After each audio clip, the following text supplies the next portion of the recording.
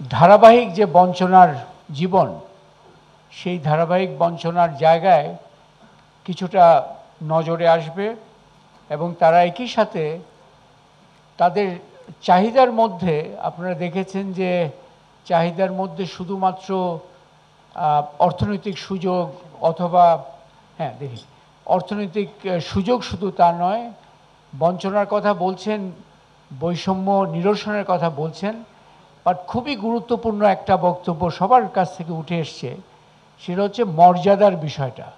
সামাজিক, আমরা দারিদ্র্য শব্দটা ব্যবহার করলেই মনে হয় যে আয় নাই, চাকরি নাই, এটাই হচ্ছে দরিদ্র। কিন্তু যে সামাজিকভাবে দরিদ্র, সামাজিকভাবে স্বীকৃতির না পাওয়ার যে ব্যথা এবং বঞ্চনা, সেটা কিন্তু একটা বাড়তি মাত্রা এই জনগোষ্ঠীর আলোচনার মধ্যে চলে আসছে। তো এটা আশা করি আমরা এখন আমাদের অতিথিবৃন্দর কাছ থেকে শুনব। বাট আজকে এই বঞ্চনা বৈষম্যের সাথে সাথে এই মর্যাদা শব্দটাও আমাদের প্রাত্যহিক আলোচনার মধ্যে চলে আসা উচিত।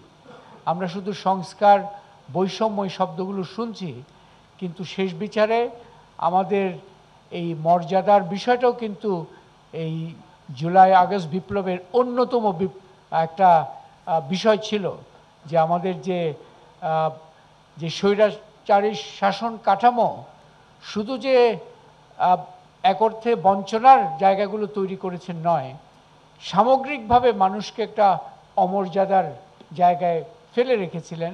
কিন্তু আজকে আমরা বুঝতে পারলাম এই যে মর্যাদার জায়গাগুলো বা অমর্যাদার জায়গাগুলো বিভিন্ন স্তরের, এই যে বিশেষ করে পিছিয়ে পড়া জনগোষ্ঠীর জন্য যে মর্যাদার লড়াইটা, এটা কিন্তু আরও গভীর, এটা ধারাবাহিকতা আরও দীর্ঘ, এবং এটাকে অতিক্রম করাতে হলে আমাদের সামাজিক চিন্তাধারারও পরিবর্তন খুব জরুরি।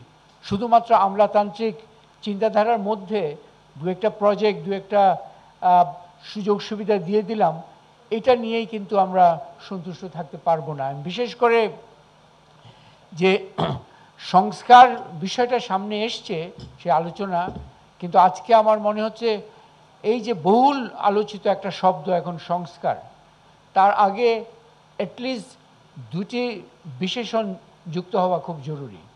আজকের যে কণ্ঠস্বরগুলো শুনলাম, সেখান থেকে ন্যায্যতা নিশ্চিত করার সংস্কার হতে হবে।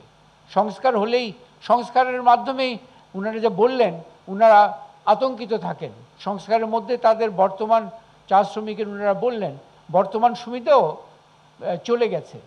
ন্যায্যতা নিশ্চিত করতে পারে এই সংস্কারই কিন্তু আজকের এই মুহূর্তের অন্যতম দাবি, এবং আমাদের এই বিশেষণগুলো যুক্ত করার জন্য প্রয়োজন হয়ে গেছে।